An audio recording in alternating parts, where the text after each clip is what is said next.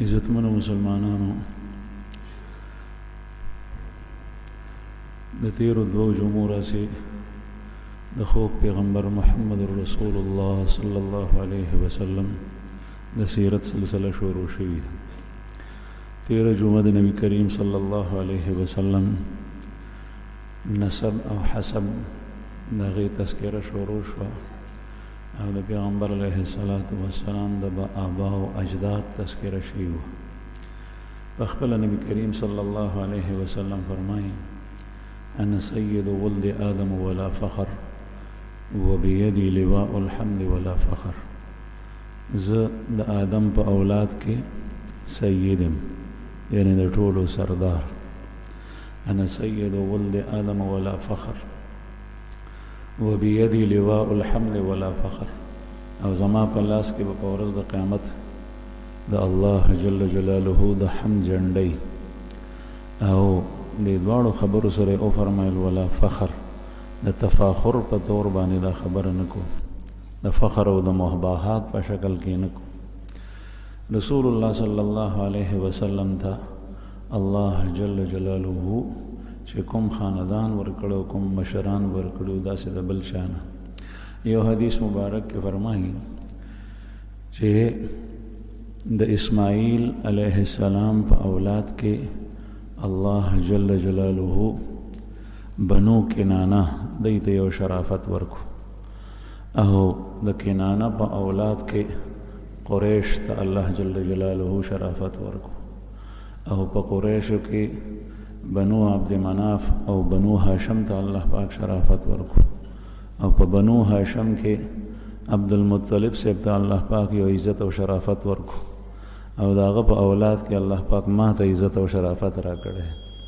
نو محمد رسول الله صلی الله علیه وسلم نسب به اعتبار سره خلاصه او نچوړ او د هغې غونې بل څوک نو. د هاشم صاحب تذکره شوي وه، او د هاشم د زوی د عبدالمطلب صاحب چې د رسول الله صلی الله علیه وسلم نیکه دی، د هغې تذکره شروع شوي وه. کوم خویونه چې الله جل شانه په هاشم صاحب کې اچولي وو، کوم صفات سره د دې چې زمانه د جاهلیت په د تیارو وه، پیغمبر نو دغه وخت کې نه مخکې راغلی و، 100 کاله تیر شوي او دومره فاصله د دوو پیغمبرانو په منځ کې چې ته مخکې نه و راغلي.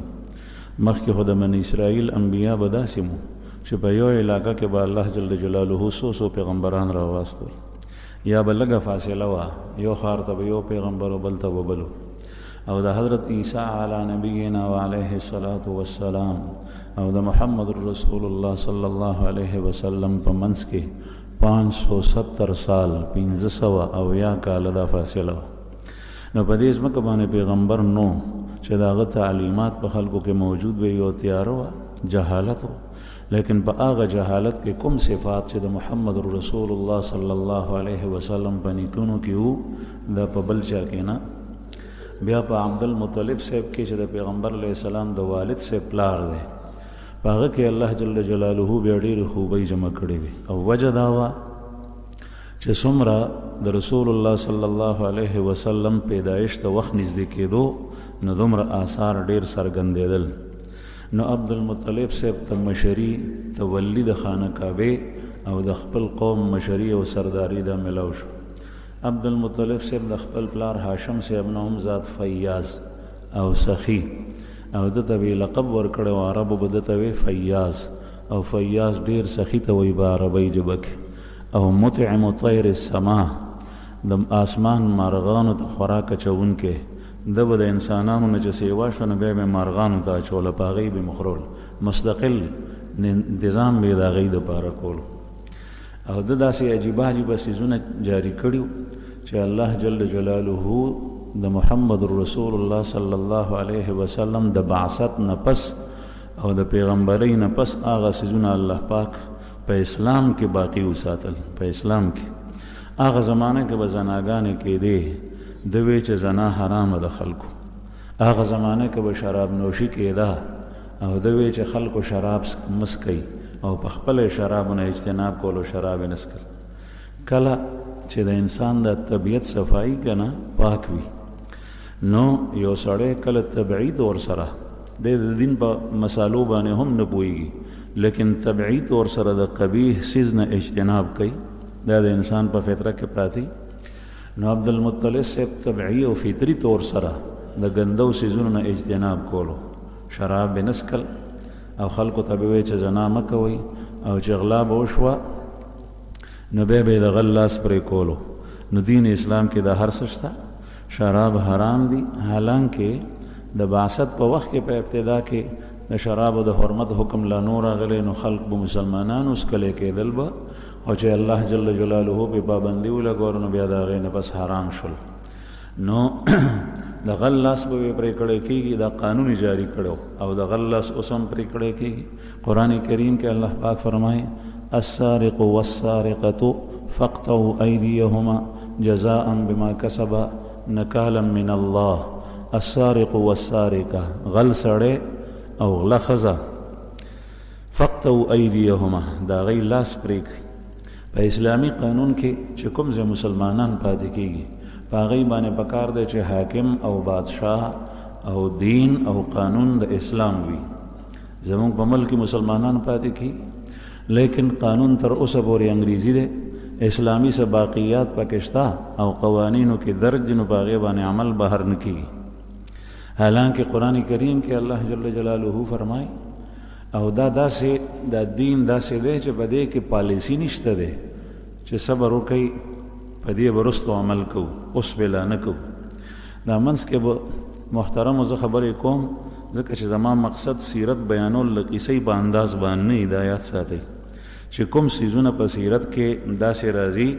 چې هغه حرام وي منع وي نو د هغې منع به زه ذکر کوم تاسو ته او چې کوم جایز وي نو د هغې په باره کې به ویم چې پته تاسو ته ولګي نو عرض مې دا کولو چې دین اسلام چې کوم ځای ته څنګه راشي هغه به ټول من وعن نافظ وي چې کوم ځای ته مسلمانان رال په هغې کې بیا بله پالیسي شته دی نه چې صبر وکړي زه تاسو ته یو واقعه عرض کړم رسول الله صلی الله علیه وسلم کله چې مکه مکرمه فتح شوه دا په 8 هجری کې فتح شوي وه په رمضان کې 8 هجری وه د رمضان میاشت وه چې نبی کریم صلی الله علیه وسلم د 10,000 کسانو صحابو سره د مدینې منورې نه رالو واقعه به انشاءالله په سیرت کې تاسو ته بیان کې راشي مکه فتح شوه چې څنګه فتح شوه نو دی واقعې سره متصل یو مختلف واقعات رالل یو واقعه دا وشوه چې یوې زنانه هغې غلا وکړه هغې زنانه غلا وکړه اوس وګورئ تاسو لږ وخت مخکې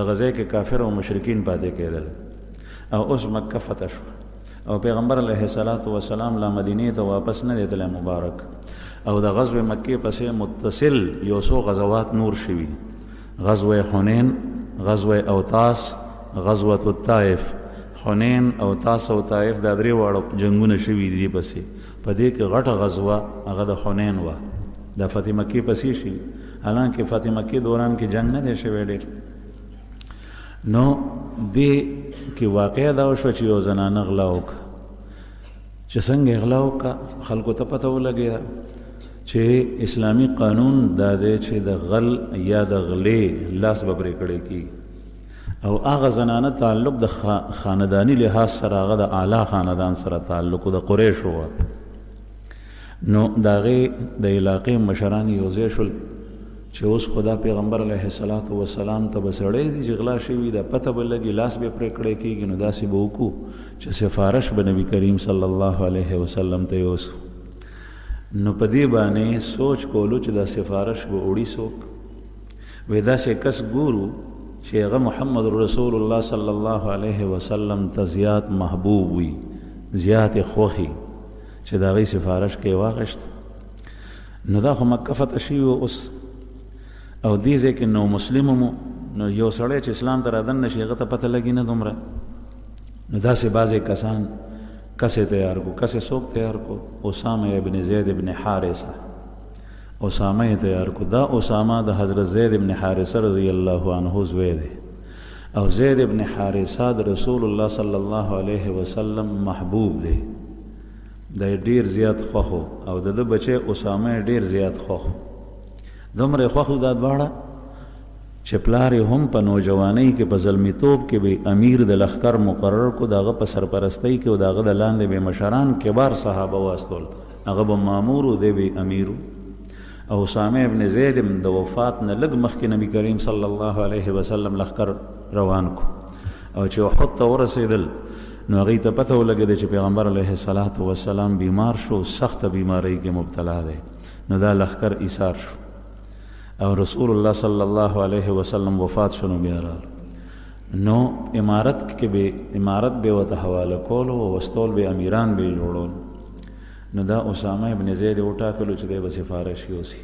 دی پسې طریقه باندې خلکو مجبور کو، نبی کریم صلی الله علیه وسلم ته رالو.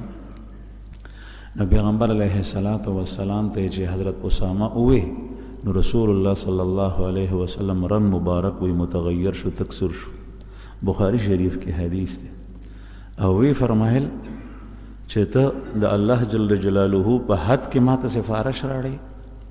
او بیا فرمایل چې په الله مې قسم وی، والذي نفس محمد بيده لو ان فاطمه اعاذها الله منها بنت محمد صلی الله علیه وسلم سرقت لقطعت يدها. په الله مې قسم وی که زما لور فاطمه غلا کړې وې نو ما به د هغې ملاس پرې کړی. دا خدا دله نو عرض مې دا کولو زما عزتمنو چې دا حدود چې څنګه دین یو ځای کې راشي، اسلامي معاشره وي، جماعت د هغې سره تړلی شی دی، اذان تړلی شی دی، د جمع مونځ تړلی شی دی.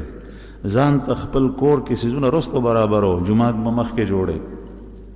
او دا ضروریات د دین چې څومره دي دا اول دي. په حکومت کې چې څنګه اسلامي مسلمانان وي، حکومت به اسلامي، شریعت به پکې قایم وي. نو عبدالمطلب صاحب په غلا باندې پابندي ولګول. بلې دا وی چې کوم خلک ظالمانه یو بل قتلی نو دا قتل منع کو، وی قتل مه کوئ. چا چې لونه ژوندۍ خښولې وی چې لونه ژوندۍ مه خښوئ، لونه ژوندۍ مه خښوئ. چې د رمضان میاشت به راغله نو سخاوت کې به نوره اضافه راغله. او دا ټول څیزونه چې کوم زه تاسو ته شمیرم دا زمونږ په دین کې اوس هم شته، او چې کوم حرام دي نو هغه الله پاک حرام کړي دي. د ده په زمانه کې د انسان خون بها او دیت 100 اوښان مقرر شوی، هغه تر اوسه پورې الله پاک قایم کړی دی. او دغه عبدالمطلب صاحب دی به په خپل دور کې پیغمبري و نه دی پیغمبر او نه بل پیغمبر و چې دغه په شریعت عمل کولی. دی به د مکې مکرمې د آبادۍ نه بهر لاړو. نو غار حرا کوم ځای چې محمد رسول الله صلی الله علیه وسلم به خلوت کولو، هغه ځای کې د خلوت کولو هلته به ناستو. او چې په کوم طرز الله جل شانه یادولو والله اعلم. بعضې وایي چې د ملت ابراهیمي مطابق به الله پاک یادولو. نو دا ټول صفات به د کې و عبدالمطلب صاحب. د ته الله جل شانه د دې فضایلو سره سره یو بل فضیلت ورکړو چې د زمزم کویې دوباره عبدالمطلب صاحب وکنستو. د زمزم کویې ستاسو په ذهن کې به اشکال راځي چې د زمزم کویې خو اسماعیل علیه السلام کنسته، او اسماعیل علیه السلام خو څومره مخکې تیر شوی د ابراهیم علیه السلام بچی دی، او هغه هم کنسته نو هغه ماشوم و، هغه چې خپې لتې وهلې نو د هغه د خپو سره چینه راووته. نو عبدالمطلب صاحب څنګه کنسته نو د هغې پوره تفصیلي واقع تاسو ته بیانوم. اسماعیل علیه السلام او د هغه مور بیبي هاجره حضرت ابراهیم علیه السلام د شام نه راوستل الله په حکم سره. او تاسو ته دغه واقعه مختصر او مفصل عموما د لوی اختر په موقع باندې بیانېږي. دا دواړه راوستل او دلته یې پرېښول مکه مکرمه کې چې کوم ځای خانه کعبه ده، هغه ټایم کې د خانه کعبې نوم نشان نو. اسماعیل علیه السلام وړوکی ماشوم و، د مور خوا به یې روله، لږه خرچه یې ورسره پرېښوه، یو مشک یې پرېښو، په هغې کې اوبه پرېښوې او خرچه یې ورسره پرېښوه. ابراهیم علیه السلام ته لاړو، دا هر څه د الله په حکم سره. ماشوم تږی شو، خرچه ختمه شوه، اوبه ختمې شوې، د مور په سینو کې پی نه وې. ماشوم تږی شو، لتې وهلې شروع کړل، او مور یې څوک کتل چې څوک پیدا شي، دغه دوه په دوه دی، څوک نشته، الله یې حفاظت کوي. چې څوک وي چې هغې نه اوبه راړم نو کله به صفا ته وخته، کله مروه ته، لکه څنګه چې اوس معتمر او حاجي د صفا او مروه په منځ کې سایي کوي. څوک نو ناڅاپه یې کش کش واورېدل، نو وی چې څوک که د سره اوبوي مدد زمونږ کولی شي نو وکړه. نو دا جبریل علیه السلام چې وی کتل اسماعیل علیه السلام ته لتې ټکی نو هلته کې د جبریل وزر وواله نو اوبه راووتې. نو دا زمزم د هغه وخت نه الله جل جلاله جاري کړی. نو هاجره بي بي زر لاړه او په اوبو راټیټه شوه او ویې څکلې او ماشوم ته هم ورکې او خاوره یې ګیر چاپېر واچوله. رسول الله صلی الله علیه وسلم په یو حدیث کې فرمایي چې الله پاک دې په هاجر باندې رحم وکړي د اسماعیل علیه السلام په مور. که چېرې دا پولی دې اوبو ته نه وی تړلی نو دا اوبه به خورې شوې وې. نو مطلب دا چې ټوله دنیا اوبه کې راغلي وه. دا داسې اوبه وي چې پوله یې ورته وتړله نو اوبه بس هغه چینه کې راګیرې شو. بیا دی دلته کې پاتې کېدل. دا ماشوم لویېدو. یو قبیله وه چې د یمن نه راغلي وه او په یمن باندې راغلی او قحط او په یمن باندې یو دور تیر شوی دی د مالدارۍ او د غنا. د الله جل جلاله د نافرمانۍ د وجې نه په دی باندې یو دور رالو او هغه د قحط دور وي. قحط سالي پرې راله. نو د دی قبایل ټول خواره شو. نو د یمن یو قبیله جرهم هغه د یمن نه را روانه شوه. نو دلته تېرېده په مکه مکرمه خوا سره. مکې آبادي خو نه وه، نه خانه کعبه وه. دلته تېرېدل نو هغه یې وکتل چې پورته په اسمان د پاسه ټپسان او مارغان الوزي. نو دا خلک خو به تلو راتلو تجارتي قافلو کې. نو یو بل ته وایي چې دا مارغه دلته څه کوي؟ ځکه چې دلته خو لاندې څه شته دی نه، اوبه نشته دی چې مارغه اوبه وڅکي، د خوراک څه شی نشته دی. مارغان او ټپسان په ډیرانونو باندې ګرځي. نو ډیران خو هم چې انسان چېرته وي نو هغه جوړ کړی ځکه. یا یو درنګه باندې ګرځي. نو درنګه خو هم چې چېرته کې څاروی پاتې کېږي نو دا خو دشته و شګې وي. په دې شګو کې خو نه حیوان او نه انسان. نو سړی یې واستولو چې ویې کتل نو یو زنانه دی، یو ورسره ماشوم دی، ورسره اوبه دي. هغه خپلې قبیلې ته دا وویل چې دغسې کار دی. هغوی ټول رالل. نو هاجره بي بي ورته وایي چې اوبو باندې اختیار زما دی، اوبو ته به نږدې کېږئ نه. دی ورته وایي چې ټیک ته په اوبو اختیار ستا دی. اوبه ډېر ناویاته شی په عربو کې. زه اکثر په درس کې او یا ملګرو سره دا خبره کوم چې نن سبا بې دریغه دا نعمت فضول ضایع کېږي. اوبه په سرکاري سطح باندې ټیوبویلونه کنسته شوي دي زمونږ په دې علاقو کې. په بعضې ځایونو کې ما په خپلو سترګو بمبې لیدلي دي چې د هغې پورتنۍ ټوټۍ ماتې کړي دي او چې څنګه ټیوبویل چلیږي نو بمبه بهیږي او په نالۍ کې بهیږي پاکې او صفا اوبه. په کورونو کې بهیږي، ضایع کېږي. دا د الله جل جلاله لوی نعمت دی، لوی. او یاد ساتئ چې د الله د نعمتونو ناقدري وشي نو هغه بیا نعمت اخلي. لئن شکرتم لازیدنکم ولئن کفرتم ان عذابی لشدید. الله جل جلاله دی حرمین شریفین حفاظت وکړي. عربو ته الله جل جلاله د هغې خپلو مشرانو د برکته مال او دولت ورکو ډېر. دې حد ته رالل چې اوس تاسو ته وپته زه دومره خبر شوی یم چې د موټرو یو ریس او مقابله دی لګی. هغې دې ته څه وایي ورته مرګ ته څه وایي مرګ ته انګریزۍ کې ډیت گیم ورته وایي. ډیت گیم. موټر کې ناستي کسان او هغه موټر په داسې طریقه باندې چې سپیډ ورته ورکړي بیا یې تاوی کله یو خوا کله بل خوا بازۍ اړوي هغه پکې بعضې داسې په هغې کې مریم. دا گیم دی. یو طرف ته د 40 لکو د 50 لکو روپو ګاډی هغه ضایع کېږي. په دوبۍ کې او په سعودیه کې دا ریسونه کېږي. او بل طرف ته په دې کې دا کس چې کوم دی نو د هغه د مرګ خطرې او غالب ګمان دی چې پکې به مړ شي. دا مال د شیطان په اروا باندې ضایع کېدلی د شیطان په اروا. ما ته چا دا ګیم وښولو په دې دغه کې دا دې ته تبذیر وایي. ان المبذرین کانوا اخوان الشیاطین وکان الشیطان لربه کفورا. مبذرین فضل خرچی کوونکي دا د شیطان رونه دي او شیطان د خپل پروردگار نافرمانه دی، هغه کفور دی.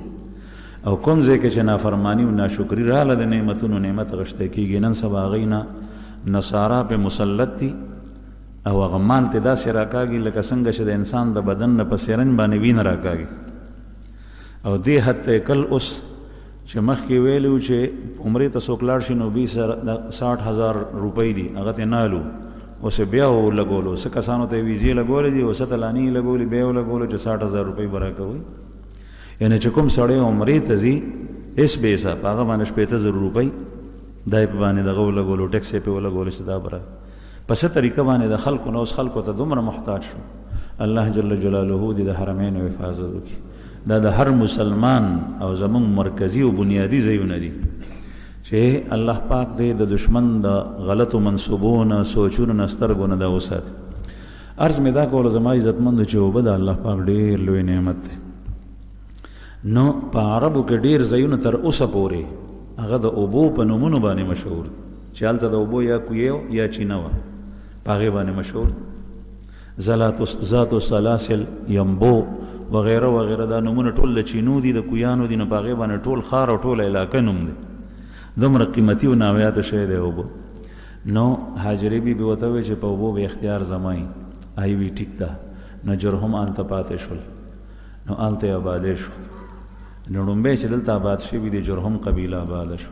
اسماعیل علیه السلام چې لوی شو سړی شو نو په دغه جرهم قبیله کې واده وکړو. یو ښځه یې وکړه. ابراهیم علیه السلام به څه وخت پس تپوس ته راتلو نو هغه ړومبۍ انګور یې خوښه نه وه، هغه ناشکره وه. نو بچي ته سوال جواب پرېښو چې د خپل کور دا درشل بدل که چوکاټ. نو اسماعیل علیه السلام پوه شو هغه کور کې نو چې راغله. نو ښځې ورته وویې وی زما د پلار مقصد دا و چې تا زه پرېږدم ځکه چې تا کې څه چل دی. هغه یې پرېښوه بل واده یې وکړو د جرهم نه. نو دغه جرهم قبیله د اسماعیل علیه السلام څخرګنۍ وه.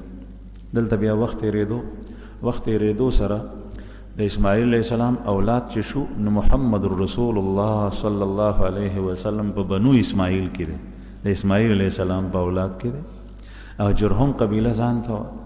نو د بنو اسماعیل او د جرهم اسماعیل علیه السلام شو د الله پیغمبر. دغه جرهم ته الله پاک مبعوث کو او عمالقو ته الله پاک مبعوث کو او د یمن خلکو ته الله پاک پیغمبر جوړ کو. بیا اسماعیل علیه السلام وفات شو. 6.5 شل کاله عمر یې د اسماعیل علیه السلام ښه 130 سال. او یو قول دا دی چې په حتیم کې اسماعیل علیه السلام مدفون دی د مور بیبي سره، او بل قول خیف هم دی د مینا.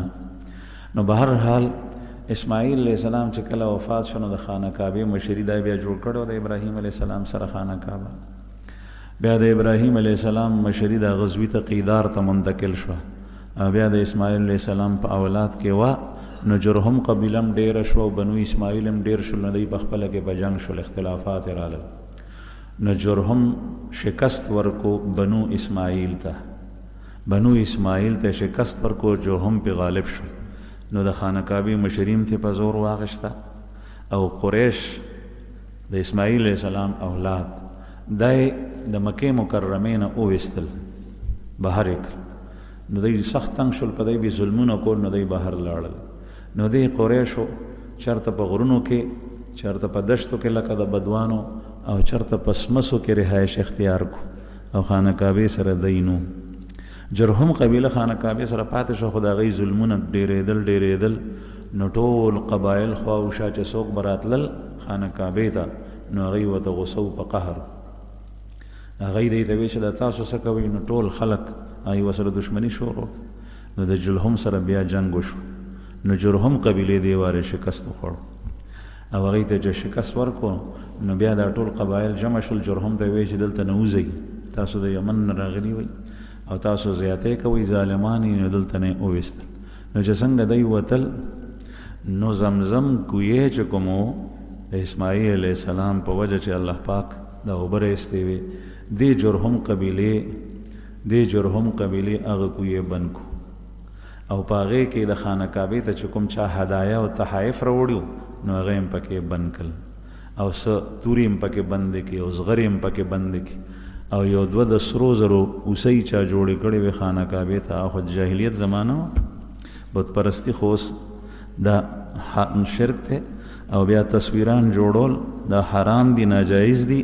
خو هغوی خو نه پوهېدل په دې کفر و شرک بیا زور شوی. نو دا اوسۍ راوړې وې د خانه کعبې دپاره تحفه. نو جرهم قبیلې د زرو د سرو زرو دا اوسۍ په هغه کوهي کې دفن کړي. هغه کوهی یې داسې بند کو چې اخوا او شا ځمکې سره هغه یو شان شو، د هغې پته نه لګېده.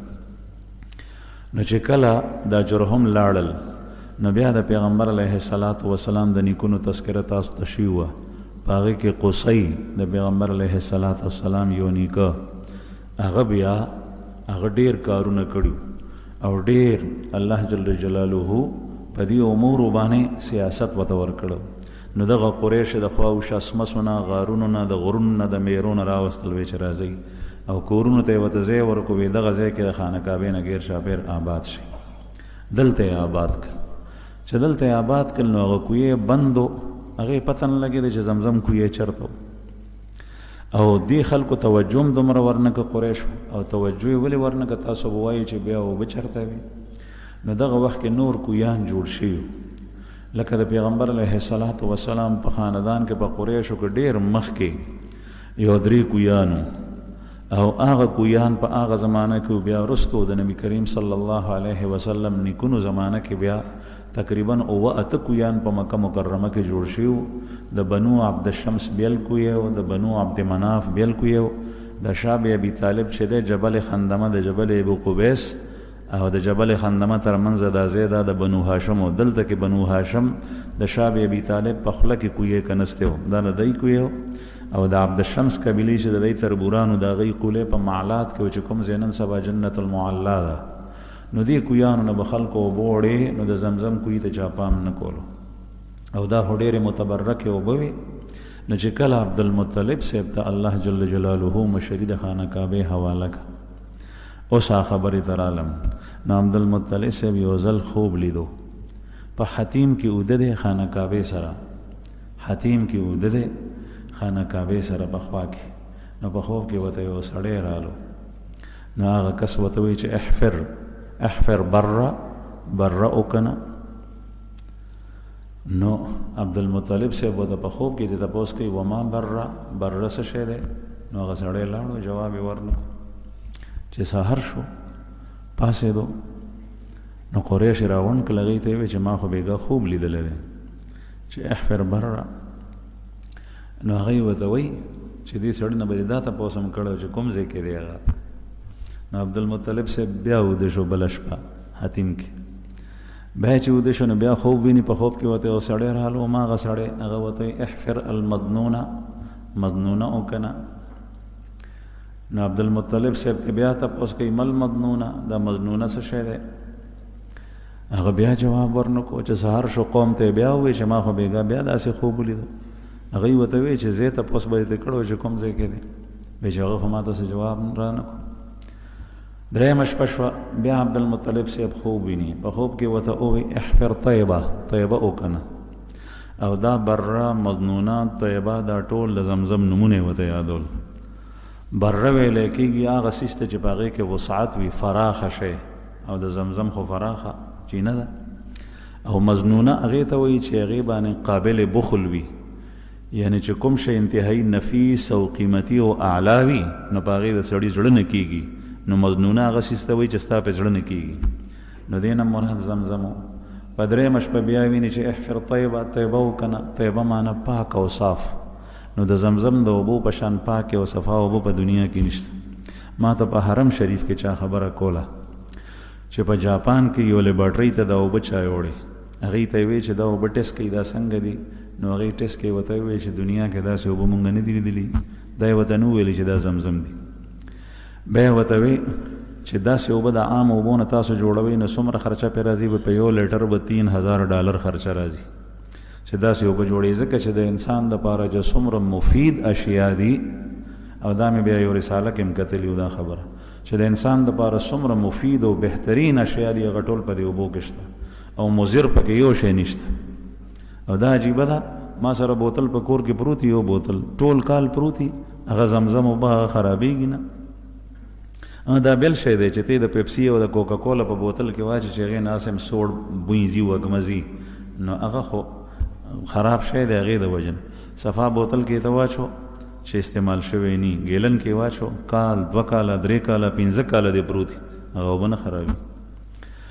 نو به احفر طیبه د تاسو کو ما طیبه وی وته نه وس بیا چې سلورم شپه شو نبی عبد المطلب صاحب خوب ویني په خوب کې وته هغه کس بیا وی چې احفر زمزم.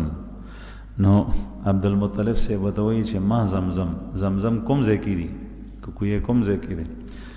نو هغه وته وی چې لا تنزف ابدا ولا تزم يسقي الحجيج الاعظم. لا تنزف ابدا ولا تزم. زمزم هغه اوبه دي چې هغه به عمر ته نه ختمیږي او نه کمیږي هغه. او یسقي الحجیج الاعظم، او ډیر غټ او کثیر تعداد سره حاجیان به مړی. دا په خوب کې عبدالمطلب صاحب ته ویلی شي. همدغه صفت د زمزم اوس هم دی. پته لګي نه چې څو ټینکر ما نه شمېر ایر شو. ما ته چا ووایي چې مدینې منورې ته روزانه ځي غټې ټینکرې د زمزم، او داسې انداز سره دي چې مسجد نبوي کې چې څومره زمزم څکلی کېږي چېرته په هغې کې رکاوټ نه دی راغلی. دا حال ته مدینې منورې ته ځي. دلته پې باندې وس کوي. د مکې خلک یې چلی، د جدې خلک یې چلی، خواوشا علاقې چې څومره چلی. حاجیان چې لاړ شي هغه یې وړي، عمرې ته چې خلک لاړ شي هغه یې وړي. په مسجد حرام کې په لکونو حاجیان دغه زمزم سکي، او دا کوی دی. نو چې کوم صفات په خوب کې عبدالمطلب صاحب ته بیان شوي هغه په هغې کې شته چې لا ينزف ابدا ولا يزم، کله دا بندیږي نه او دا کمیږي نه. یسقي الحجیج الاعظم، او غټ تعداد سره حاجیان به دا زمزم اوبه کوي. بیا یې تپوس وکړو چې ما ته ځای وښیه، ځای کوم ځای کې دی؟ نو هغه ورته په رجز کې هغه ځای وښولو. ورته یې وي چې دا کوم ځای کې چې قریة النمل دی هغه ځای، او کوم ځای کې چې فرس او دم پروت دی، غوښه او وینه، هغه ځای وکنه نو به هغه ځای کې دی. دا ځای کوم ځای کې؟ دا ځای چې عبدالمطلب صاحب سهار پاسېدو نو دی ورته هر څه په نښه کړي. نو عبدالمطلب صاحب ځان سره یو زوی کو، او د عبدالمطلب صاحب لس زامنو چې د هغې تذکره به راشي انشاءالله. د عبدالمطلب صاحب لس زامنو، د قصی 4 زامنو، د هغه د زوی عبدمناف 4 زامنو، او بیا د هاشم صاحب د هغه چې کوم دی نو 4 زامنو، او د عبدالمطلب صاحب لس زامنو. دغه وخت کې یو زوی او نور 9 زامن لا نور شوي. حارث د هغه نوم دی، او ابو سفیان ابن الحارث د دې حارث زوی دی. او ابو سفیان د فتح مکې په دوران کې مسلمان شوی دی. او چې کوم طالبان علما په دې پنډه کې ناست دي نو هغې ته پته ده چې دا ابو سفیان چې په غزوه حنین کې تذکره راځي چې د رسول الله صلی الله علیه وسلم سره او د قچر واګې نیولې وي، نو دا هغه ابو سفیان نه دی د حضرت معاویه رضی الله عنه پلار. دا همدغه ابو سفیان دی، ابو سفیان ابن الحارث. دا د پیغمبر علیه الصلاة والسلام د تره زوی دی. او ابو سفیان د حضرت معاویه صاحب پلار، هغه هم صحابي دی، هغه هم فتح مکه کې مسلمان شوی، خو هغه د بنو امیه نه دی، بنو عبد شمس کې دی، او دا د بنو هاشم او بنو عبد مناف سره تعلق لري. نو دغه حارث یو زوی او د عبدالمطلب صاحب زوی ته وایي چې هلکه کوداله راواله زمزم کنو. او دا یې ووایي چې یا الله اوس زما یو زوی دی تا را کړی دی، او که دا زمزم را ووتو نو چې ته ما ته 10 زامن راکې او هغه 10 واړه ما سره د کار شي، نو په هغې کې به یو ځای ستا په نوم قرباني کوم. که دا زمزم پیدا شو نو را روان شو. چې خانه کعبې څخه رالو نو کوم ځای چې ورته په نښه کړی و هغه ځای کنستلی شروع کړل. دا کوم ځای دلته کې یو 2 بوتانو دغه وخت کې، یو نومو اصاف او یو نوم نایله.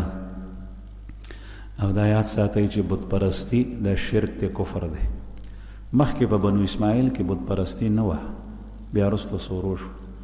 360 بوتان په خانه کعبه کې و دننه دا بهر ولاړو، او خلکو به منښته چې کوله نو بیا به یې څاروی راوستو، نو ډېر زیات څاروي به دلته حلالېدل د اصاف او د نایلې سره. نور هم سلي دلته ولاړو، او هغې باندې به لاسونه راښکل، او هغې ته به سجدې کولې، هغې ته به څاروي ذبح کول، هغې ته به خوراک کېښو. یو غټ بوت په خانه کعبه کې دننه و، د هغه نوم و هبل. او طالبان علما ناست دي په غزوه احد کې چې کله ابو سفیان ظاهري صورت کې میدان ګټلی او چغه یې والي و، نو هغه ویلي چې اعلی هبل یا اعلو هبل، نو دا همدغه هبل بوت یادولو. مسلمانان وی الله اکبر، الله ډېر لوی دی. نو مشرکینو به د هبل ناره لګوله، لکه هندو نن سبا د خپل هر یو کس د باطل قوم د خپل دغه ناره لګوي چې هغه د چا عبادت کوي. د الله نه ما سوا بل یو ذات معبود نشته. بت پرستی د شرک دی، کفر دی. او بوتان ساتل د مشرکینو پیخې کول دي، حرام دي. نن سبا په دکانونو کې چې کومه د کپړو دکانونه دا ګارمنټس والا نه پاغې کې بوتان لګي دي. بوتان ما سره مومن مسجد ته یو کس راتلو حاجي صاحب د هغه زامنو بوتانو لګول. نو چې مدرسې ته تلم نو شکلونه به مخامخ ښکارېدل، سترګې پوزه. ما ورته ویل حاجي صاحب دا پیسې ولې حرامې دا حلالې؟ نو هغه زامنو ته نو زامن یې ورسره نه منل. نو بیا لاړو نو کنځلې ورته وکړې، بدره دې ورته وویل. ما ورته ویل دا خو داسې هم کېږي چې خامخا تاسو وایي اول خو دې ته ضرورت نشته، چې خامخا وایي نو سر ته نه پرېږده، کمیس پرتوګ ته بیا واچو. ته اوس بوت ته ټیټ پاس کېږي، هغه ته پرتوګه چې هغه ته کمیس چې دا څومره بې غیرتوب دی. نو مې بیا سر ته نه پرېږده نو زه بوت خو پاتې نه شي، نو سرونه یې ترې پرې کړي. نو خو ډېرو ځایونو کې داسې دي چې سرونه یې ترې پرې کړي دي او یا یې په مخ ورته صفا دغه راښکلی نو سترګې پوزه یې نه ښکاري. خو بیا هم دې ته څه ضرورت دی چې کوم ځای کې سترګې پوزئ نو دا حرام دی، یاد ساتئ حرام دی. او رسول الله صلی الله علیه وسلم فرمایي لا تدخل الملائکة بیتا فیہ کلب او صورت. اس گھر میں فرشتے داخل نہیں ہوتے جس میں کتا ہو یا تصویر ہو. اور یو روایت کی دی چپاغے کے جنبی کسوی، تصویر بھی سپے بھی یا جنبی کسوی. تصویر ذکر کړه سوره تمثال نه دی. دا چې ما تاسو ته دکانونو کې یاد کړو دا تمثال دی. دا هغه بت دی چې کوم به د کاڼو نه مشرکینو جوړول، دا بالکل هغه بت دی. یا دی عجایبګر کې پېښور میوزیم کې وګورئ دا هغه بوتان دي چې کوم به مشرکینو جوړول. او یو صورت دار چې په دیوال یا په کاغذ باندې ته انساني شکل جوړ. نو حدیث مبارک کې لفظ د تمثال نه دی، د صورت دی. بعضې خلک وایي چې تصویر جایز دی. نو دغه رسول الله صلی الله علیه وسلم فرمایي چې هغه کور ته فرښتې نه داخلي. دا یاد ساتئ چې ستا په کور کې فرښتې نه داخلېږي او شیطانان پکې جالې اچوي نو دا کور به دې منحوس وي، دا به سپېري، په دې کې به برکت نی، مال دولت به ډېر وي، په دې کې به چین او سکون نی. تاسو به هم ډېر لیدلي، ما ته خو ډېر خلک راغلي دي، تعداد به شلګونو ته رسي چې هغه راشي وایي دعا وکړه، جړه او فریاد. او دا راته وایي چې کور کې مو داسې کمی نشته، خو جنګ جګړې دي، مور او پلار مخپله کې نه لګي، د اولاد او د مور او پلار نه لګي، د ښځو د خاوندانو سره نه لګي، خاوندانو ښځو سره نه لګي. چین او سکون چې برباد دی، ولې؟ دا د ګناه او د معصیت وجه ده. او ګناه او معصیت چې د سړي نه کېږي نو دا یې زړه خراب شي. نو دا زړه دننه چې خراب شي نو ټول هر څه ماحول ټول خراب کړي. نو چې د فرښتې نه داخلېږي او دې نه مراد د رحمت فرښتې دي، نو په هغه کور کې به چین او سکون چرته. او چې شیاطین پکې جالې اچوي نو نحوست به پکې ولې ني، په هغې کې به جنګ او شور ولې ني، په هغې کې به بېچیني ولې ني. نو عرض مې دا کول، بعضې په دیوالونو باندې لګولي، بعضې په انګټیو لګولي. دا څوک دی؟ دا مې پلار دی مړ شوی، دا مې نیکه دی، دا مې پیر صاحب دی، دا مې قائد دی، لیډر دی، دا فلانکی دی، دا ډنګړی دی. نه د قائد د تصویر اجازت رسول الله صلی الله علیه وسلم ورکړی دی، نه د پیر صاحب، نه د استاذ، نه د پلار، نه د مور، نه په اولاد کې د چا چې په ځوانۍ کې وفات شوی چې ته د هغه تصویر په انګټۍ او په دیوال باندې ولګي. هغه ځای کې چې مز کېږي دا تصویر د مخامخ او یو طرف ته بل طرف ته نو دا مز د مکروه دی، دا مز د مکروه دی. او ډومبې دغه شی د شرک او بت پرستۍ کې شروع شوی. نوح علیه السلام چې کله راتلو نو شرک او بت پرستی په ځمکه کې عام وه. د آدم علیه السلام په زمانه کې نه وه، د شیس علیه السلام په زمانه کې نه وه، رستو تر ناوخته پورې نه وه. خو چې کله دا پیغمبران لاړل او په هغې پسې نیکان خلک لاړل نو راتلونکي نسل چې راغله نو هغوی د دین نه ناخبره وو، نو د مشرانو تصویرونه به یې جوړ کړل، نو هغوی به یې یادول او هغوی ته به یې کتل او ژړل به چې دا ډېر ښه خلک ولاړل. لکه اوس نن سبا بعضې خلک بعضې کورونو کې یو نیک کس تیر شوی، یو ولی الله تیر شوی، یو عالم تیر شوی، یو شیخ الحدیث تیر شوی، بیا د هغه اولاد کې هغه د هغه په نقش قدم لاړ نشي، بیا د هغه کتابونه راخلي، د هغه کپړې راخلي، د هغه امسا راخلي، هغه ځان سره ایښي، په هغې باندې سود کوي. دې ځای نه بیا بت پرستي شروع شو. دا څیزونه جایز دي، تبرکات د مشرانو جایز دي، لیکن زه صرف عرض دا کوم چې د دین پویه دا انتهایی ضروري ده. چې پویه ورسره نی او جهالت رالو نو بیا کفر او بت پرستی شرک عام شي.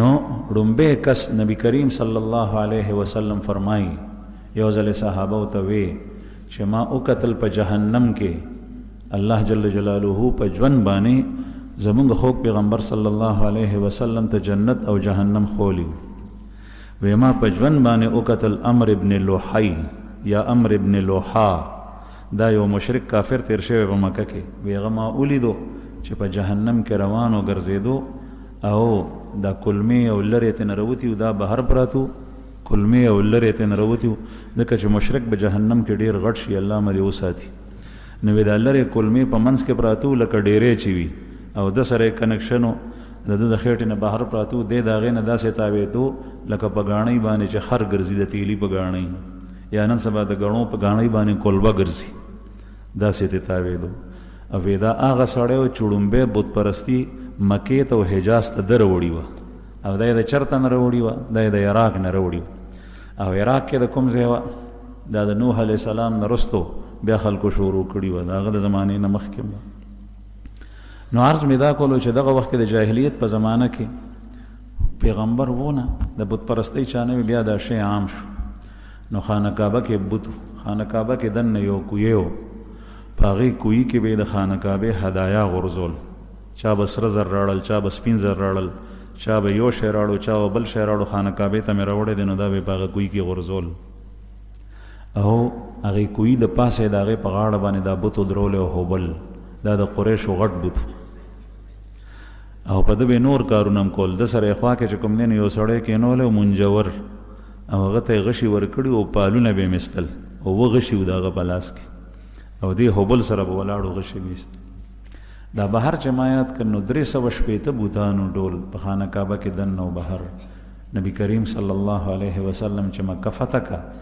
نو مبارک په لاس کې کونټي وه عنزه او د هغې سم په سر کې لګېدلی او د اوسپنې نو هغه کونټي به یې داسې د بت ته نږدې کا او دا به وي جاء الحق وزهق الباطل ان الباطل كان زهوقا جاء الحق وزهق الباطل ان الباطل كان زهوقا حق رالو او باطل لاړو بوتان ختم شو نو چې څنګه به کونټي نږدې که نو بت به پرېوت چې څنګه به کونټي نږدې که نو بت به پرېوت او دنه صحابه واستول خانه کعبې ته به لاړ شي دنه هم صفایي وکړي نو قریشو د خانه کعبې په دې دیوالونو باندې د ابراهیم علیه السلام د اسماعیل علیه السلام تصویرونه جوړ کړو نبی کریم صلی الله علیه وسلم سر وڅنډلو ابراهیم علیه السلام خو د بت پرستۍ نه څومره لرې و چرته یې نه وه کړي او یوازې په یو ځان باندې به خلک منې کول او دې ظالمانو د هغه تصویرونه هم جوړ کړي وی دا صفا کوي نو چې دنه یې صفا کړل د فتح مکې په موقع وی چې یا رسول الله خانه کعبه م صفا که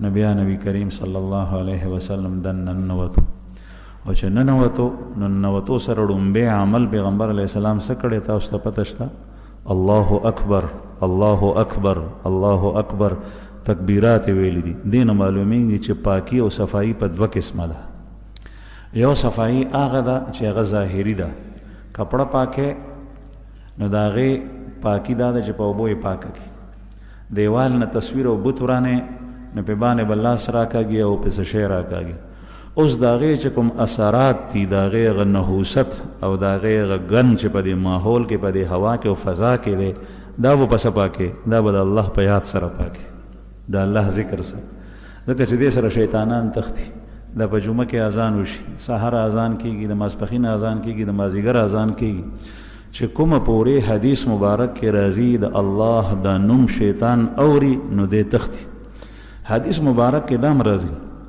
چې ولهو زورات دا شیطان تختی او ټیزونه اچوي ټیزونه هوا تیزي دومره په ده باندې روب راځي د الله نوم سره اوس نن سبا چې د الله نوم اخلی نو خلک در باندې اعتراض شو دا عجیبه ده حالانکه دا اذان به پرو نه کې چې په پټه باندې اذان کې نو اذان نه دی شوی الله اکبر دې سره اذان نه کېږي دا به په زوره کې خو چې کوم شی څنګه رسول الله صلی الله علیه وسلم کړی هغسې کې ځان ته چې ذکر کې نو په زور او په پټه دواړه کولی شي د ذکر اثر دی چې دې سره ماحول پاک شي ته لاړ شه وګوره ته مسلمان یې هغه کور ته ننوځه چې په کوم کور کې مونځ نه کېږي د قرآن پاک تلاوت نه کېږي سبحان الله څوک نه وایي الحمدلله نه وایي بسم الله څوک نه وایي داسې کسان پکې وخت تېروي هغه کور ته م لاړ شه او هغه کور ته ملاړ شي چې په کوم کور کې موزونه کېږي د قرآن پاک تلاوت کېږي د الله ذکر او یاد کېږي د دواړو ته لاړ شه. زه قسم خورم که ستا زړه ګندني صفایي نو قسم خورم چې به ته یقینا په دې دواړو کې فرق محسوسوې. دې ماحول کې به فرق وي. ولې؟ د هغې د فضا چې کوم ځای کې الله یادېږي موس کېږي تلاوت کېږي د هغې فضا معطر ده پاکه ده صافه ده. او چې کوم کور کې الله نه یادېږي نو د هغې فضا ټوله ګنده ده آلوده د شیاطین دي پکې. نو عرض مې دا کولو چې رسول الله صلی الله علیه وسلم دا پاکه نو عبدالمطلب صاحب هغه ځان سره زوی راوستو، حارث زوی و، هغه راوستو وی راځه چې راغلو نو قریش هم راغلي ورته وی چې څه کې؟ وی د اساف او نایله دا دوه بوتان. ام المؤمنین حضرت عائشه رضی الله عنها فرمایي د دې دوه بوتانو واقعه عجیبه ده. حضرت عائشه رضی الله عنها ام المؤمنین فرمایي حدیث مبارک دی چې د جاهلیت په زمانه کې د جرهم قبیله یو سړی یو ښځې په خانه کعبه کې دننه بدکاري وکړه. نو و د جاهلیت او د کفر او د شرک زمانه چې څنګه دا فعل وکړو نو دواړو نه کاڼي جوړ شو. هغه انساني صورت کې هغه کاڼي بیا جهالت دومره زور و چې دا عمل یې وکړو ترې نه کاڼي جوړ شول. نو چې کله لار ښودونکی نه یاد ساته او د دین د زده کړې دپاره چا څخه نه ځې نو شیطان دې خطا کولی شي. نو شیطان داسې خطا کړل چې هغه یې راوستل نو دغه بوتان یو ځای کې ودرولو یو بل ځای کې ودرولو. نو دلته به یې حلالۍ کولې او نظر و نیاز به یې دی ته زه به کولو. د دې اساف او د نایلې ترمنځ چې کوم ځای و نو هلته به وینه پرته وه، هلته به خاښړه پراته و. ولې؟ ځکه چې څاروی حلال کې نو هغه نه دا ګندونه ځي. نو عبدالمطلب صاحب ته چې په خوب کې چا خولی نو دا ځای ورته خولی وي د دې دواړو اساف او نایلې ترمنځ دا ځای چې دی چې کوم ځای کې منحر دی څاروي حلالیږي دغه ځای و که نه دلته که به زمزم روځي. نو کفار قریش ته تپوس کوي چې چېرته ځي؟ وایي چې زمزم کنم. وایي کوم ځای کې دی؟ وایي دا ځای دی. او دا نښم به ته په خوب کې ښودلی شوي وه چې دغه ځای که به کارغه ته ووینې سحر چې هغه به ټونګې وایي. نو چې وی کتل نو هغه نښم به ته الله پاک وښوله کارغه ټونګې والي نو په هغه ځای باندې شروع نو هغوی ایثار کو. قریش رالل نور خلک ورته یې وایي چې صاحب دا ته څه کوې؟ وی ولې؟ وی دا خو زمونږ د چې کوم د سلي دي دوه اساف او نایله دوی ته نقصان رسي ځکه چې ته منځ کې ډوغل وکنې نو دا خو به راوغورځي. وی نه زه به یې کنم ما څوک نشي منې کولی. مشر و زوی ته یې ووی حارث ته چې وی ته خیال کو ته ودرېږه او چې ما ته څوک نږدې کېږي ما ته یې مه پرېږده. او خپله به یې کوداله یې واغېشته او ګنتی کنستلې کول او بیا به یې زوی ته ووی حارث ته چې اوس خاوره وغورځه. چې خاوره یې وکنسته څه منځ لاړل نو چې وی کتل نو د اسماعیل علیه السلام د زمانې د کوی غاړه راووته. نو د تکبیر وی د خوشحالۍ نه ډېر خوشحال شو. الله اکبر. وی هذا طی بیر اسماعیل دا د اسماعیل علیه السلام د کوی غاړه ده. نور به انشاءالله بیا شي. واخر دعوانا